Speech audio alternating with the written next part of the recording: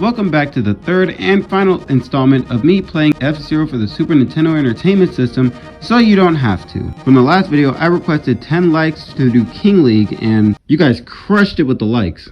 If you weren't there for the last video, we did Queen League, and these are the courses that are Mute City 2, Port Town, Red Canyon, White Land 1, and White Land 2. In today's episode, we're going to be playing King League, the last cup of the game. But this time, we're going to be playing as Deathwind's Green Goblin, Pico. So without further ado, let's look at the tracks. Mute City 3 is up first. It's the same thing as Mute City 1 and 2, but this time it's casted at night. It's almost the exact same as Mute City 1, however, there are a few minor changes in the road as you progress through. A few close chunks, landmines, and some more dirt paths. This cup shows the previous tracks, but altered in such a way to make the game much harder. It's going to take a bit of practice to get the roads down, but other than that, I merely squeezed past to first.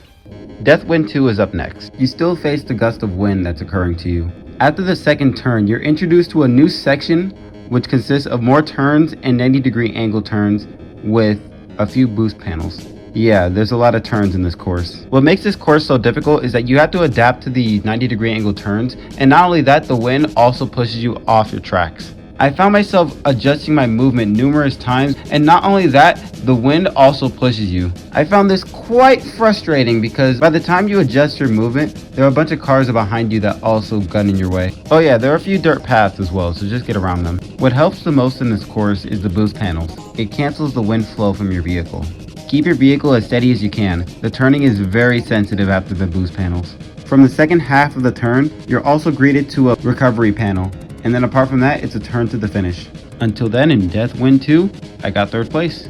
Actually, now that I'm noticing the track, it kind of looks like the side view of a person's face. Anyhow, let's move on. Port Town 2 is up next, and it's the same thing as Port Town 1. However, there are a few turns and twists that they added in the course. Honest to God, they got so lazy with this course, they only added 2 or 3 turns to the track. But they have the same layout and the same hazards as Port Town 1. The nollie jump, the zigzag path, the magnetic beams, 5 extra turns, 2 90-degree angle turns, and then a gnarly jump at the end. What would have made this course a little bit better in my opinion is just changing the visual. I mean, at least make it sunset or night or a different shade of green or something. A similar change like Mute City. It wasn't much, but at least it switched things up as far as the course layout. Anyhow, straight away to the finish, I finished the course in third. Red Canyon 2 was up next. However, there are not a lot of changing in this course either, but the map layout is stretched, and also there are landmines, so don't touch them. And then as you progress through, there's like this little diamond-y road. I don't really know what that's about, but it's variety, I guess. Other than that, it's just a straightaway to the finish. These following courses are meant to prepare you for the end. It's nice to see courses brought back every once in a while, with twists, changes, and minor tweaks, but it lacks creativity to make the course look original. But at least for this one, it's not really that bad because it changes in difficulty. I mean, not to throw any shade, but it kind of beats having 4 Mario circuits on Mario Kart. But apart from that, I finished in first place. Finally, we have Firefield, another personal favorite. This is the first and last original course of the King League. It's the hardest track in the game, but you can only play it in standard and expert difficulty. The course starts off with a very long straightaway, but with landmines placed in a zigzag row. Then it greets you with a sharp right turn that you have to make. But then you're greeted to a switchback with dirt in the road. This course encourages you to dodge obstacles on the fly. However, these obstacles come up really fast to the point where you're gonna have to kind of react to your movement. But moving on, you're also greeted to 2 more straight turns. And then afterwards, you're greeted to this ice, red and white, pink patch thing. I'm not really too sure, but everybody else is taking it. I'm not sure what they were going for as far as this patch being an obstacle, but it's pretty useful. In what way? I don't know. Moving on, you're also greeted to more magnetic beams that are branched in 2 different paths. Try to stay away as much as you can possible from the edge, but don't bump to the other side because it'll bump you off tracks. I can be honest, this also made and broke my run as well. What makes this course so difficult is that you have very little room for error when it comes to critical mistakes.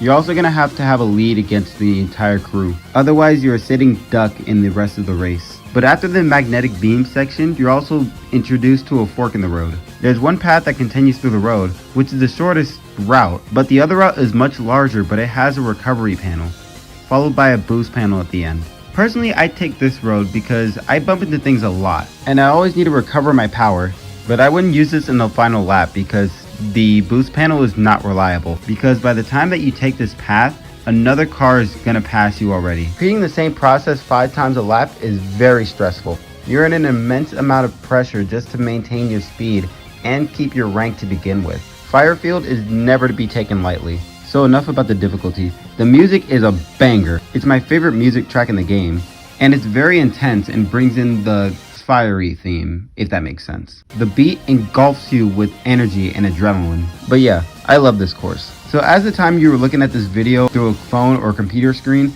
I'm gonna let you know, during editing this video, I had to redo this course 6 times. 6. And that's as far as retrying the stage. I hate the course so much due to difficulty, but I love the course at the same time due to its banger music. This is the most creative course in the game. I have a love-hate relationship with Firefield. However, after multitudes of trial and error, I barely got 3rd place just to finish it off. And that, ladies and gentlemen, is how you wrap F-Zero for the Super Nintendo Entertainment System. So there you have it. F-Zero was more than just a racing game. Everything about it screamed intensity. From the art design, the comic strip, the history behind it, the music, the innovations and the complex gameplay, the minimalistic details and the flowing sound effects. F-Zero itself is a very well designed game, to the point where the complaints aren't even the game itself.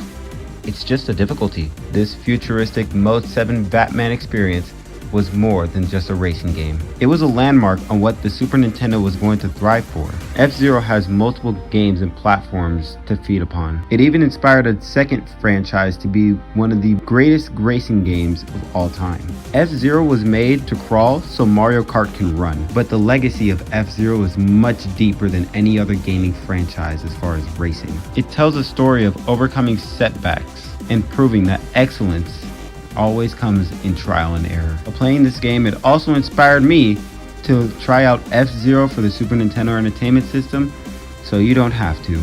I thank you guys so much for watching me play through this entire Jurassic journey. Now at this point, I will be forever bad of writing outros. Oh yeah, Captain Falcon is in Smash.